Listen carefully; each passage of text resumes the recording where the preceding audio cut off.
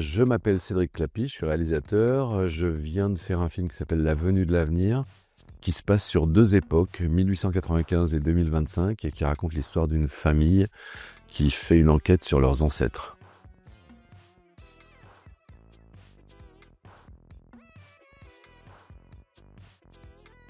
Finalement, quand on regarde vers le haut, on est beaucoup dans le 19e siècle. Donc c'est ça qui permettait de faire un passage d'une époque à l'autre.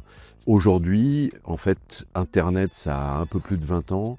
Les smartphones, les réseaux sociaux, ça a 10-15 ans.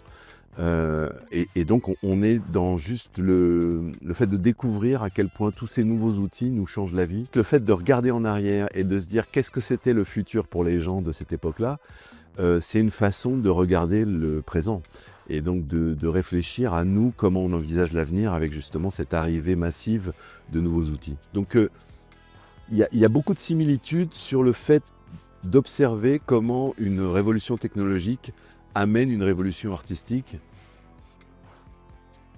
En fait, on s'est vite aperçu qu'il y a un vrai tournant en 1900 sur le fait que ce qui se passe à Paris est fou, quoi. C'est-à-dire qu'il y a une espèce de foisonnement et qui est lié à cette révolution industrielle, cette révolution technologique qui amène cette révolution artistique. Et donc ce qu'on observe chez les peintres, parce que tout ce qui se passe entre 1874 et 1900-1910, c'est-à-dire que ça va jusqu'à Picasso, l'invention de l'abstraction, l'invention du cubisme, étrangement, c'est le moment où il y a Massenet, Satie, Debussy, Ravel. Il y a beaucoup de compositeurs en musique qui inventent une nouvelle musique qui va amener à la musique du XXe siècle, au jazz, dans la scène à la fin qui se passe à l'Orangerie des Tuileries et où on montre les nymphéas de Monet. Quand on met la musique de Debussy, ça va ensemble. C'est-à-dire que c'est fou à quel point, nous, quand on réfléchissait à quelle musique allait avec ces tableaux-là, en fait, il n'y a rien qui va mieux que Debussy parce que c'est la même époque, c'est la même façon d'aborder la modernité musicalement et picturalement. Il y a quelque chose qui fait que vraiment c'est en fusion, quoi. Là, il y a vraiment clairement une génération de jeunes acteurs qui sont très forts.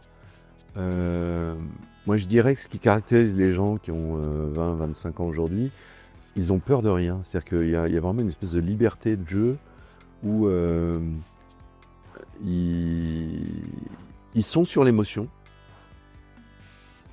Ça nourrit le regard. Il y a une rémanence qui fait que quand on est dans une rue, on prend une photo, on se dit « Ah tiens, c'est fou parce que c'est une photo que Depardon a fait dans les années 70. » Et en fait, comme je l'avais en tête, inconsciemment, j'ai essayé de faire la même. Et la culture, c'est ça, c'est beaucoup être habité par des fantômes.